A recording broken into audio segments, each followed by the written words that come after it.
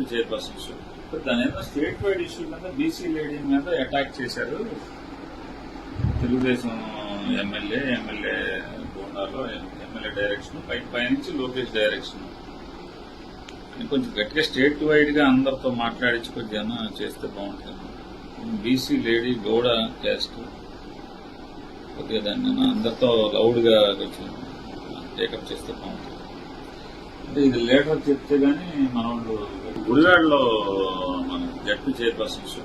దాని ఏదో state wide issue మీద బీసీ లేడీ మీద అటాక్ చేశారు.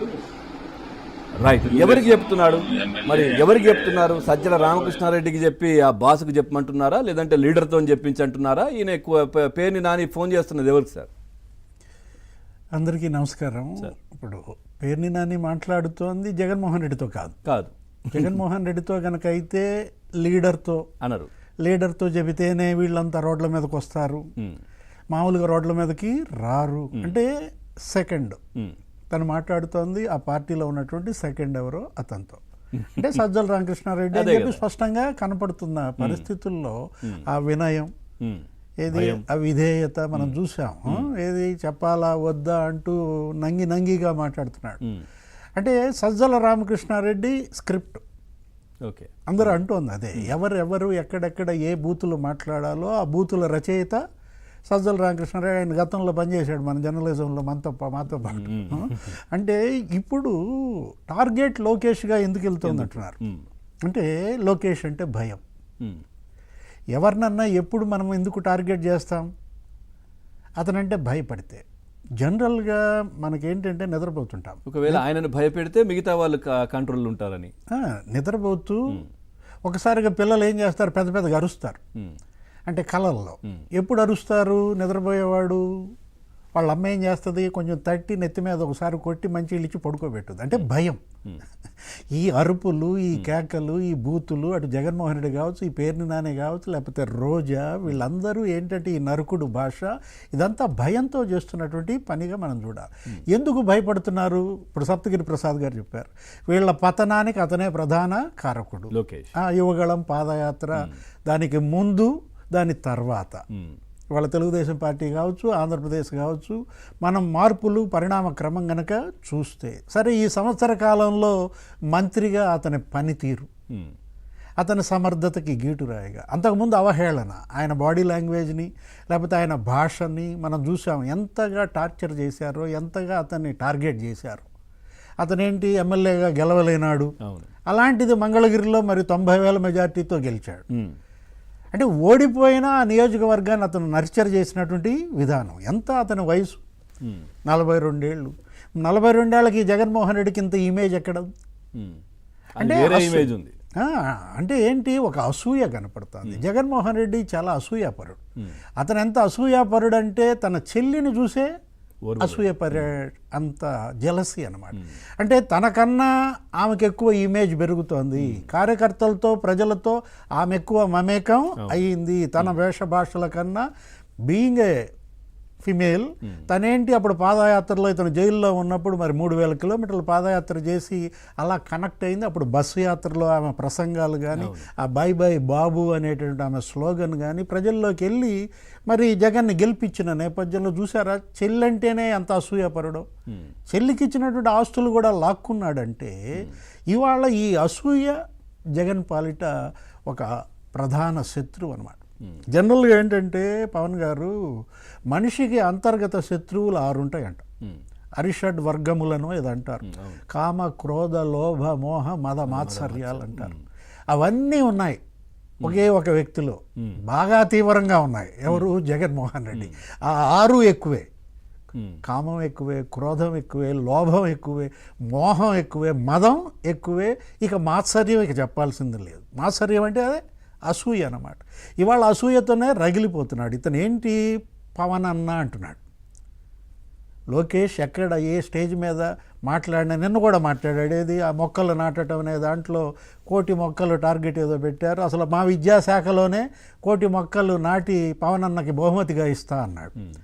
అంటే మరి వాళ్ళిద్దరి మధ్య ఉన్న ఐక్యత అసూయ. ఈయనకు పడట్లేదు. అక్కడ ఐక్యత, ఇక్కడ అసూయ. మొన్న ప్రధాని మోడీని కలిశారు. ప్రధాని మోడీని అతనేమన్నారు, మోడీ మొన్న ఇక్కడికి వచ్చినప్పుడు అమరావతి శంకుస్థాపన ఆ సమయంలో ఏంటి నేను పొద్దాక ఎన్ని మాట పిలవాలి, డిన్నర్కి రమ్మంటే మీరు ఫ్యామిలీతో రమ్మని పిలిచా కదా లోకేష్ అని డైరెక్ట్గా అడిగారు, అతను వెళ్ళాడు. ప్రధానమంత్రి అడిగారు, అతను వెళ్ళాడు. దగ్గర ప్రధాని మోడీ 2.5 గంటలు ఉన్నారు ఇద్దరు కలిసి. ఏది లోకేష్ ఫ్యామిలీతో, మరి మోడీ లోకేష్ని లేకపోతే లోకేష్ మోడీని, ఆ బాండింగ్ చూసి అసూయ. నేను వస్తా అన్నా వద్దంటారు కదా, ఇక్కడేమో రాకపోయినా కానీ అడుగుతున్నారని చెప్పేసి అదో అసూయ. ఏదైనా ఉండొచ్చు కానీ అసూయ కనుకుంటే ఇక అది కాలిపోతాం. ఏది మనిషిని అసూయ నిలువున కాల్చేస్తుంది. అందుకే టార్గెట్ చేస్తారా ఈ విధంగా ఎదుగుతున్నాడు, ఈ విధంగా ప్రజలతో మమేకమై పరిపాలనలో కావచ్చు, లేదంటే అన్ని కూడా బాగుంది కాబట్టే ఈ అసూయన? అంతే కదా. ఇప్పుడు ఏది అతను విద్యాశాఖలో అతని పనితీరు, గతంలో విద్యాశాఖ బొత్స సత్యనారాయణ, ఆదిమూలపు సురేష్ ఎలా వెలగబెట్టారో మనం చూసాం. ఏది 1600 మంది టీచర్ల బదిలీ చేస్తే ఒక్కొక్క టీచర్ దగ్గర 5 లక్షల లంచం, అదే 65 కోట్లు బొత్స సత్యనారాయణ వసూలు చేశాడని అప్పట్లో. అసలు ఏనాడు ఉపాధ్యాయ సంఘాలతో మీటింగులు పెట్టిన దాఖలాలే లేవు. ఉపాధ్యాయ సంఘాల ప్రతినిధులు ఎవరిని కలవాలి? సజ్జలను కలవాలి. సజ్జలు ఎవరు? అతను ఒక జీతగాడు. అతను కలిసేదేంటి? మంత్రిని కలుస్తారు, లేకపోతే ముఖ్యమంత్రిని కలుస్తారు యూనియన్ల తరఫున. అంతేగాని అంటే ఇక్కడ ఇప్పుడు మనం చూసాం ఉపాధ్యాయ సంఘాల ప్రతినిధులతో క్రమం తప్పకుండా విద్యాశాఖ మంత్రి సమావేశం మనం చూసాం. గిరిజన టీచర్ని ఎవరన్నా ఇంటికి పిలిపించుకుని ఆమెతో మంచి ఏదో డిన్నర్ చేసి ఆమె దగ్గర ఆయన ఒక విద్యార్థిగా రాసుకుంటున్నాడు. నిన్న చూసాం పీటీఎం, ఏది parent teachers association meeting, mega parent teachers association దగ్గర ఒక 2 కోట్ల మంది అండి. గురు పూర్ణమి రోజు.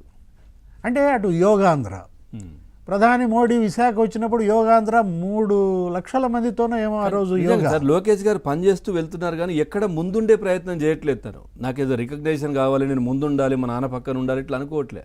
తన శాఖకు సంబంధించిన పనులు తను చేసుకుంటూ పోతున్నారు అంతే. అంటే అన్నీ ఉన్న విస్తరి అణిగిమణిగే ఉంటుంది, ఏమీ లేని విస్తరి ఎగిరెగిరి పడుతుంది.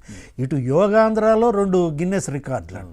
నిన్న ఈ పీటీఏ, ఏది పేరెంట్ టీచర్స్ అసోసియేషన్, అదొక గిన్నెస్ రికార్డు అంటున్నారు. అంటే ఇవాళ బ్రాండ్ ఇమేజ్. ఆ మీటింగ్ లో సార్ అక్కడ పిల్లలతో ఉన్నప్పుడు నేను ఒక మంత్రిని అనే విధంగా ఎక్కడ కనిపించలే. నేను ఒక ముఖ్యమంత్రి కొడుకునో లేదంటే మంత్రినో ఎక్కడా లేదు.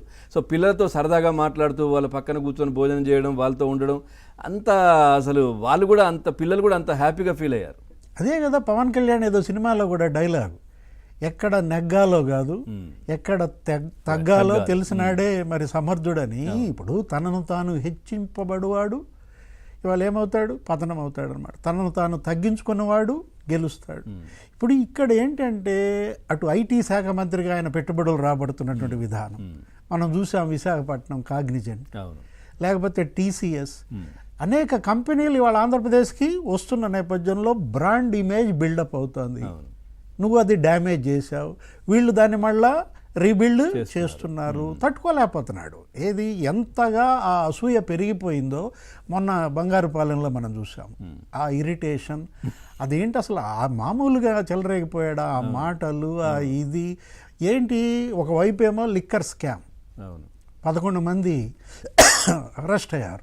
ఇలాంటి పరిస్థితుల్లో తన అరెస్టు తప్పదు అనేటువంటి భయంతోనే ఇవాళ ఈ జగన్మోహన్ రెడ్డి ఈ విధమైనటువంటి అరుపులు, ఈ కేకలు, ఈ బూతులు, నరుకుడు భాష, రప్ప రప్ప అంటున్నారు. అసలు నిజంగా సార్ ఎందుకు పార్టీ ఓడిపోయిందనే సమీక్షలు లేవు. అసలు ఏమైంది, ఎందుకు మేము 11కే పరిమితమయ్యా అనే ఆలోచన లేదు. కానీ ఇటువైపు లోకేష్ గారిని కంపేర్ చేస్తే సంవత్సరమే అయింది అధికారంలోకి వచ్చి. క్లియర్గా చెప్తున్నారు ప్రజలకు కావచ్చు, శ్రేణులకు, మేము ఏదైనా